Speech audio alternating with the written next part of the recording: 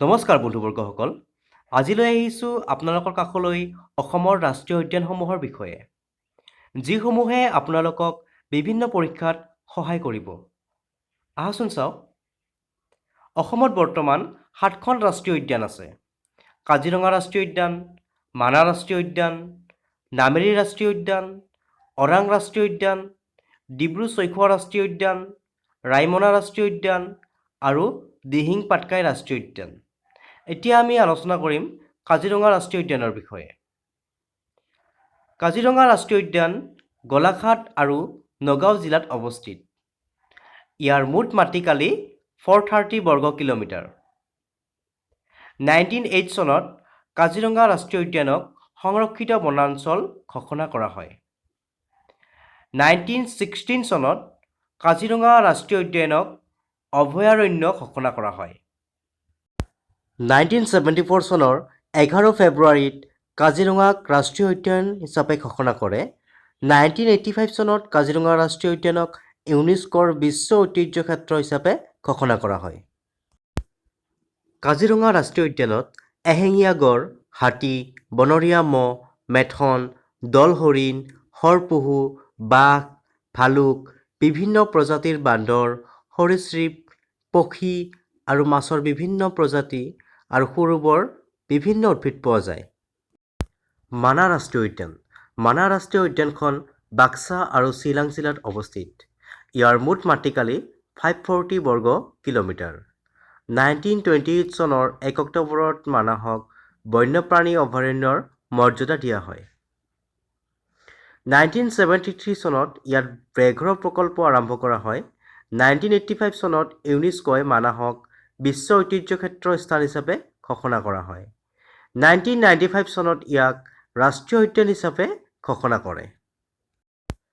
মানাহ ৰাষ্ট্ৰীয় উদ্যানত এশিঙীয়া গড়, ঢেকীয়াপতীয়া বাঘ, নাহৰফুটুকী বাঘ, সোণালী বান্দৰ, বনৰীয়া মহ, মেথন, হৰিণা পহু, নল গাহৰি, খাগৰি-কটা শহা, বিভিন্ন প্ৰজাতিৰ বান্দৰ, বনৰৌ, গেক, বিভিন্ন সাপ, চৰাই, পৰিভ্ৰমী চৰাই আৰু বিভিন্ন প্ৰজাতিৰ উদ্ভিদ পোৱা যায়।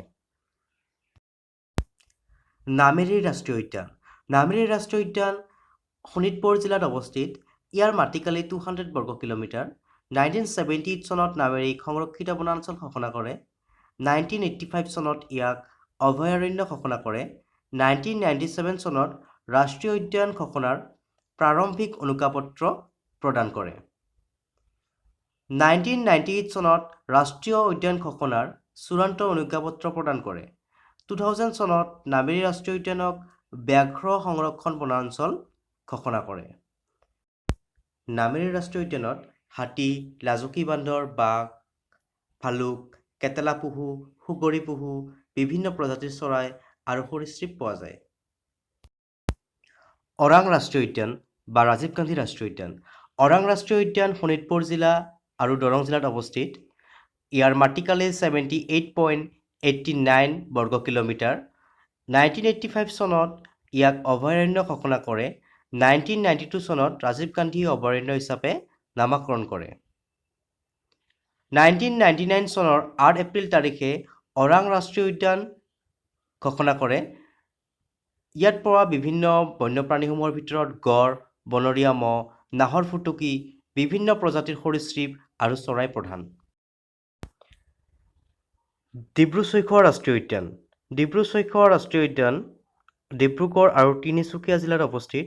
ইয়াৰ মাটিকালি 340 বৰ্গ কিলোমিটাৰ। 1995 চনত অভয়াৰণ্য ঘোষণা কৰে। 1999 চনত ৰাষ্ট্ৰীয় উদ্যান ঘোষণা কৰে। ডিব্ৰু-ছৈখোৱা ৰাষ্ট্ৰীয় উদ্যানত ফেৰেল ঘোঁৰা, হাতী, বাঘ, বিভিন্ন প্ৰজাতিৰ হৰিণ, চৰাই, লুপ্তপ্ৰায় প্ৰজাতিৰ দেওহা, বিভিন্ন প্ৰজাতিৰ মাছ পোৱা যায়। ৰায়মনা ৰাষ্ট্ৰীয় উদ্যান। ৰায়মনা ৰাষ্ট্ৰীয় উদ্যান কোকৰাঝাৰ জিলাত অৱস্থিত। ইয়াৰ মাটিকালি 422 বৰ্গ কিলোমিটাৰ। 5 জুন 2021 তাৰিখে ৰাষ্ট্ৰীয় উদ্যান ঘোষণা কৰে আৰু 9 জুন 2021 তাৰিখে ৰাষ্ট্ৰীয় উদ্যান হিচাপে স্বীকৃতি দিয়ে। ৰায়মনা ৰাষ্ট্ৰীয় উদ্যানৰ মুখ্য আকৰ্ষণ হৈছে সোণালী বান্দৰ। ইয়াৰ উপৰিও এছিয়ান হাতী, নাহৰফুটুকী, মেথন, বনৰীয়া মহ, ফুটুকী হৰিণ, ধনেশ পক্ষী আদি ৰায়মনা ৰাষ্ট্ৰীয় উদ্যানত পোৱা যায়। দিহিং পাটকাই ৰাষ্ট্ৰীয় উদ্যান দিহিং পাটকাই ৰাষ্ট্ৰীয় উদ্যান ডিব্ৰুগড় আৰু তিনিচুকীয়া জিলাত অৱস্থিত। ইয়াৰ মুঠ মাটিকালি 234.26 বৰ্গ কিলোমিটাৰ। 2004 চনত অভয়াৰণ্য ঘোষণা কৰে। 2020 চনৰ 13 ডিচেম্বৰ তাৰিখে ৰাষ্ট্ৰীয় উদ্যানলৈ প্ৰস্তাৱ কৰে।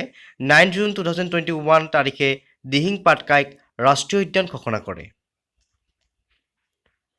হলৌ বান্দৰ, লাজুকী বান্দৰ, গাহৰিনেজীয়া বান্দৰ, সেন্দুৰী বান্দৰ, টুপিমৰীয়া বান্দৰ, হাতী, ঢেকীয়াপতীয়া বাঘ, নাহৰফুটুকী বাঘ, বনৰীয়া মহ, পেংগলিন, ভালুক, কেৰ্কেটুৱা, গধাফুটুকী বাঘ, শৰপহু, সুগৰী পহু, সোণালী বান্দৰ আদি দিহিং পাটকাই ৰাষ্ট্ৰীয় উদ্যানত পোৱা যায়। ইয়াৰ উপৰিও বিভিন্ন প্ৰজাতিৰ চৰাই যেনে পাতিশগুণ, দেওহা, হাড়গিলা আদিও দিহিং পাটকাই ৰাষ্ট্ৰীয় উদ্যানত পোৱা যায়। ইয়াৰ উপৰিও বিভিন্ন প্ৰজাতিৰ উদ্ভিদৰ লগতে 45টা গোত্ৰৰ 101বিধ অৰ্কিডৰ প্ৰজাতিও দিহিং পাটকাই ৰাষ্ট্ৰীয় উদ্যানত পোৱা যায়।